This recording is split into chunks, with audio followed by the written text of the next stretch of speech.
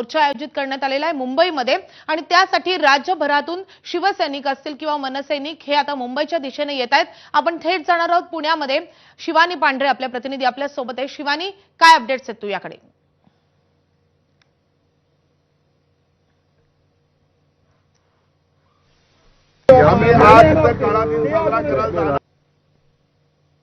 मुंबईत होणाऱ्या महाविकास आघाडीच्या मोर्चासाठी ते निघतायत। आपण बघितलं तर हे सगळे कार्यकर्ते त्यांच्या कार्यालयासमोर जमलेले आहेत आणि आज इथनं अनेक कार्यकर्ते पुण्यातनं निघतायत, वेगवेगळ्या भागातनं निघतात। आपल्यासोबत एनसीपीचे प्रशांत जगताप सर आहेत।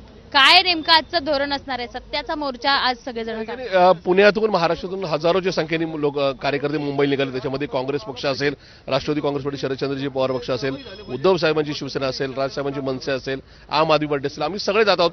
याच्या मागचं कारण आहे की मागच्या 10-11 वर्षात मतदार याद्यांचा जो खेळ खंडोबा चाललाय त्याच्यातून वर नरेंद्र मोदी असतील किंवा खाली देवेंद्र फडणवीस हे निवडणुका जिंकण्याचा या ठिकाणी खोटा डाव नका आखतायत आणि या सगळ्यामध्ये आमच्याकडे रितसर पुरावे आहेत की मतदार याद्या कशा मॅन्युप्युलेट करण्यात आलेल्या आहेत। त्याच्यामुळे आजच्या मोर्चाच्या माध्यमातून केंद्रीय आणि राज्य निवडणूक आयोगाला एक इशारा आहे। या ठिकाणी आम्ही रस्त्यावर उतरतोय।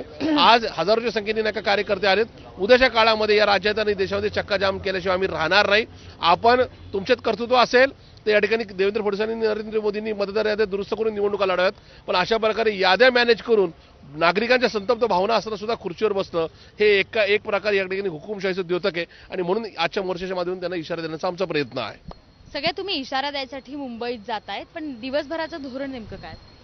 दिवसभराचं धोरण असं आहे की ज्या लोकशाहीच्या विरोधात आणि लोकशाहीच्या सर्व नियमांना पायमल्ली दाखवून आज विरोधक ज्या पद्धतीने निवडणुका आणायच्या विचारात आहेत तर ही वोट चोरी थांबवण्याकरता आम्ही हा आज मोर्चा आयोजित महाविकास आघाडी केलेला आहे। विरोधक टीव्ही चॅनलवर आमच्या सगळ्या महाविकास आघाडीच्या नावाने ओरडतात की हे पक्ष वाचवण्याचं यांचं धोरण चालू आहे, पण आम्ही पक्ष नाही तर आम्ही लोकशाही वाचवतोय, आम्ही संविधान वाचवतोय, हाच आमचा अजेंडा आहे आणि या सगळ्या अन्यायाविरुद्ध हा सत्याचा मोर्चा अतिशय परिणामकारक ठरणार आहे। मतदारांचे डोळे उघडणारा हा मोर्चा राहणार आहे आणि यातून नक्कीच काही ना काहीतरी पॉझिटिव्ह रिझल्ट निघणार आहे। मतदार याद्या अनेक शहरांमधनं बाहेर येत आहेत आणि तरीही सरकार त्याबाबत काही पावलं उचलत नाही, त्यामुळे मोर्चा करण्याची वेळ आहे। काय झालं की अनेक ठिकाणी मतदार याद्यांमध्ये घोळ झालेला आहे। आता अध्यक्षांनीच आमच्या सांगितलं की 60,000 मतदार नवीन टाकले, त्यांच्याकडे एजन्सी आहेत, हे एजन्स्या पैसे घेऊन अनेक मतदारसंघामध्ये नवीन मतं टाकतायत।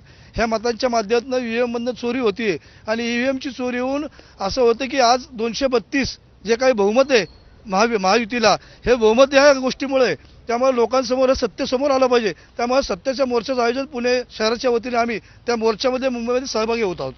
सगळे कार्यकर्ते आहे ह्या कार्यालयातून थोड्याच वेळात मुंबईकडे रवाना होणार आहे आणि आम्ही सत्याच्या मोर्चासाठी इथनं रवाना होतोय आणि महत्त्वाचं म्हणजे आमच्या हक्काचं जे मतदार यादी आहे किंवा